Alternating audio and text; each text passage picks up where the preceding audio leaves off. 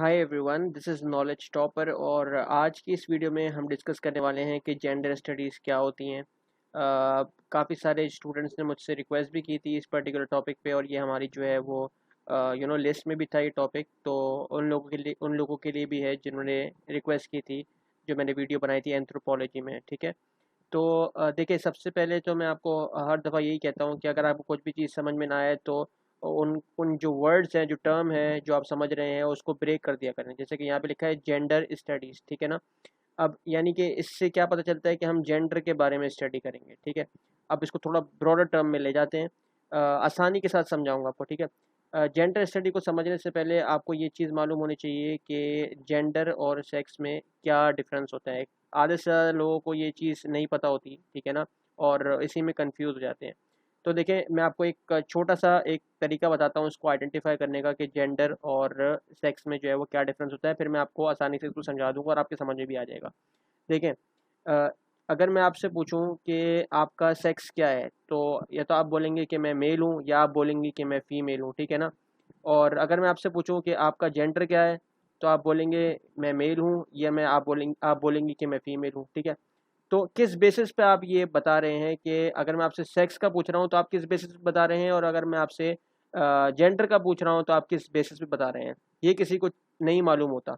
तो जो main difference होता है ना बेसिकली जेंडर और सेक्स के अंदर, सेक्स जो होता है वो बेसिकली आपका बायोलॉजिकली तौर पे जो आपके ऑर्गन्स होते हैं, ठीक है ना, उसकी बेसिस पे जो है वो जज किया जाता है। ठीक है। जब आप पैदा होते हैं तो उसी वक्त ही जो है वो बता दिया जाता है आपके बायोलॉजिकल ऑर्गन्स को देके कि आप जो है वो मेल हैं या फीमेल हैं। ठीक है।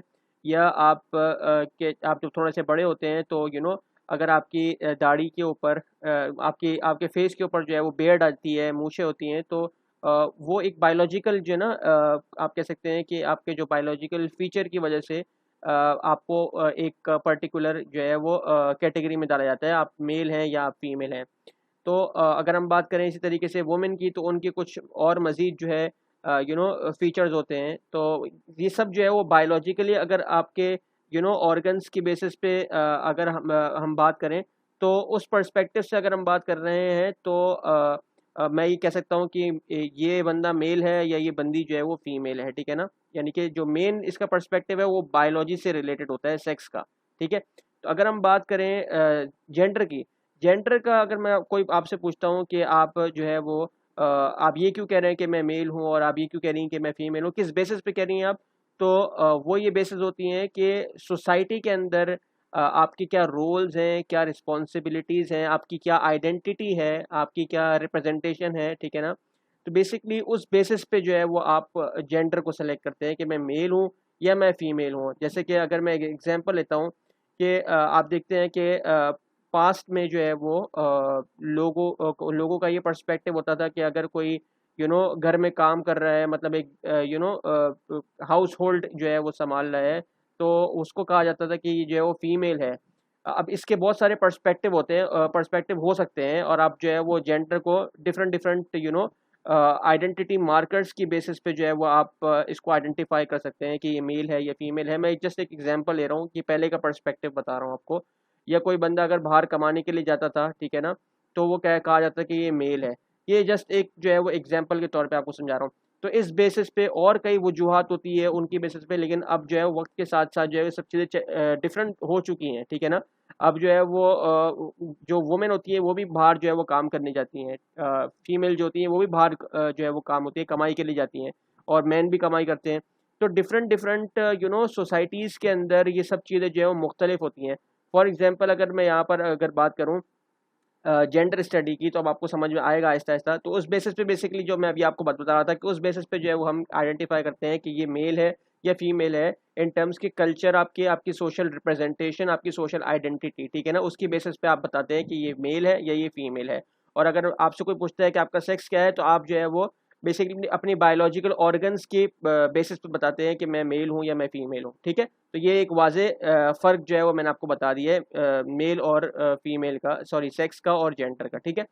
अच्छा, अगर हम मज़ीद बात करें इसके अंदर कि जेंडर स्टडीज़ क्या होता है, जैसे कि नाम से ज़ाहिर है कि इसमें जो है वो आपके जो जेंडर्स होते हैं, मेल और फीमेल, और जो डिफरेंट अदर जेंडर्स होते हैं, ठीक है, उसको स्टडी किया जाता है, ठीक है। जैसे कि अदर जेंडर्स में आपके पास जो है वो LGBT करके होता है, जिसमें लेस्बियन, गे, बाइसेक्सुअल और ट्रांसजेंडर भी जो है वो शामिल होते हैं, ठीक है।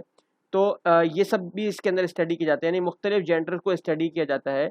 और आप देखते हैं कि डिफरेंट डिफरेंट जो है वो प्रॉब्लम्स क्रिएट होते हैं सोसाइटी में, ठीक है ना, डिफरेंट कंट्रीज़ में।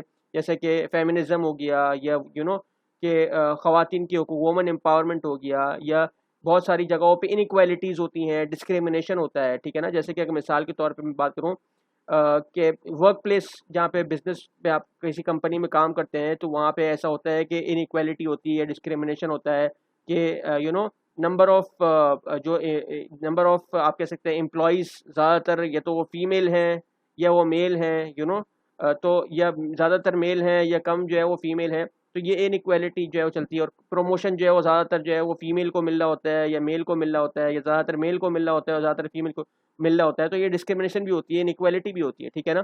तो अगर हम इस तरीके से बात करें तो ये एक प्रॉब्लम है। तो इसी तरीके से जेंडर स्टडी में हम जो है वो इन्हीं इन्हीं पर प्रॉब्लम्स को जो है वो स्टडी कर रहे होते हैं, और इसके ऊपर जो है वो डिफरेंट डिफरेंट रिसर्च करते हैं, डिफरेंट डिफरेंट एविडेंस के बेस के ऊपर, और फिर जो है वो एक कंक्लूजन देते हैं कि इसका ये पर्टिकुलर प्रॉब्लम जो है सॉल्व करने की कोशिश करते हैं, डिफरेंट रिसर्चेस, डिफरेंट मेथड्स के तहत। अब जो जेंडर स्टडी होती है वो खाली एक ही जगह जो है वो लागू नहीं होती, जिसमें आप बेसिकली इसमें आप एक बहुत ब्रॉडर फील्ड है, जैसे कि लिखा हुआ भी आपके स्क्रीन पे कि gender study is an interdisciplinary field, यानी कि ये बहुत बहुत वास्ट फील्ड है, और ये जो एरिया ऑफ स्टडी है ये काफ़ी सारी जो है वो आपके स्टडी को कवर करता है, काफ़ी सारी फील्ड्स को कवर करता है बेसिकली ये, ठीक है। यानी कि एक से ज़्यादा जो है वो इसके अंदर एरिया ऑफ स्टडी शामिल है। और ये एक कॉम्प्लेक्स इंटरेक्शन है of gender with other identity markers such as race, ethnicity, sexuality, nation and religion. यानी कि जो इसमें मार्कर्स, आइडेंटिटी मार्कर्स लिखे हैं कि हम मेल और फीमेल को जो है वो बेसिकली स्टडी करते हैं ऑन डिफरेंट आइडेंटिटी मार्कर्स, यानी कि मुख्तलिफ खाली ज़रूरी नहीं है कि इसी बेसिस पे करते हैं। जैसे कि अगर यहाँ पे मैं इधर एग्जांपल ले लूँ कि हम ये देखते हैं कि एक पर्टिकुलर नेशन की बात करें कि एक पर्टिकुलर कंट्री में मेल और फीमेल जो है वो उनका क्या रोल है, ठीक है, उनकी क्या रिस्पॉन्सिबिलिटीज़ हैं, उनके अंदर कोई इनइक्वालिटी तो नहीं है या कोई डिस्क्रिमिनेशन तो नहीं होता वहाँ पर, ठीक है ना। उसको कंपेयर कर सकते हैं आप किसी दूसरी पर्टिकुलर कंट्री के साथ, किसी आप नेबरिंग कंट्री के साथ, किसी आप जो है वो अदर दूसरी मुख्तलिफ कंट्री के साथ, या सिमिलर जो जिसकी पोजीशन सिमिलर है, अगर डेवलपिंग कंट्री है तो उसको आप जो है वो कंपैरिजन कर सकते हैं और स्टडी कर सकते हैं, ठीक है ना। बहुत एक वास्ट फील्ड है। आप बेसिकली कंट्री के अंदर जो सिटीज़ होते हैं उन सिटीज़ के अंदर भी जो है वो आप स्टडी कर सकते हैं डिफरेंट जेंडर्स को, क्योंकि जेंडर तो हर जगह जो है, इंसान तो हर जगह है, और उसके इंसानों के जो है वो जेंडर जो है वो हर जगह है। तो आप जो है वो इसको स्टडी कर सकते हैं कि आया कि इस पर्टिकुलर सोसाइटी में जेंडर से रिलेटेड कोई इश्यूज़ तो नहीं, अगर है तो उसको स्टडी किया जाए कि वो क्यों है, ठीक है ना। अब होता ये है कि इस जो आपका जेंडर होता है उसके अंदर डिफरेंट डिफरेंट जो है आपको रोल्स, आपको रिस्पॉन्सिबिलिटीज़ जो है ना, आपको आपकी जो रिप्रेजेंटेशन होती है, आपकी आइडेंटिटी होती है, वो आपको असाइन की जाती है। अगर आप उसको सोशली एक्सेप्ट करते हो तो किस पर्सपेक्टिव से जो है वो आप उसको एक्सेप्ट कर रहे हो, ठीक है ना, ये किस पर्सपेक्टिव से आप उसको एक्सेप्ट नहीं कर रहे हो। तो ये सब चीज़ें देखी जाती हैं, ये सब आपके पास जो एक्सपीरियंस की बेसिस पे जो है वो क्रिएट होते हैं। तो आप जो है वो उसको रिसर्च करते हो, स्टडी करते हो कि किस बेसिस पे आपको जो है वो ये रोल दिया जा रहा है, आपको ये रिस्पॉन्सिबिलिटीज़ दी जा रही हैं। तो फर्दर आप डिफरेंट सिटीज़ में जाके जो है वो इसको स्टडी कर सकते हो कि जैसे जो है वो अगर किसी हम जेंडर की बात करें तो मेल और फीमेल को जैसे मेल को जो है वो फीमेल के ऊपर डोमिनेंसी तो हासिल नहीं है। तो इस तरीके से ये डिफरेंट सोसाइटीज़ में जाके आप कर सकते हैं, डिफरेंट कास्ट सिस्टम में कर सकते हैं आप। जैसे कि रिलीजन वगैरह होता है, अब अगर हम रिलीजन पर्सपेक्टिव से अगर हम स्टडी करते हैं कि आप देखिए मुस्लिम और हिंदूज़ की अगर हम बात करें तो मुसलमानों में जो है वो जो फीमेल्स होती हैं वो जो है वो ज़्यादा बापर्दा होती हैं एज़ कम्पेयर टू जो हिंदू कल्चर है या ईस्टर्न कल्चर है।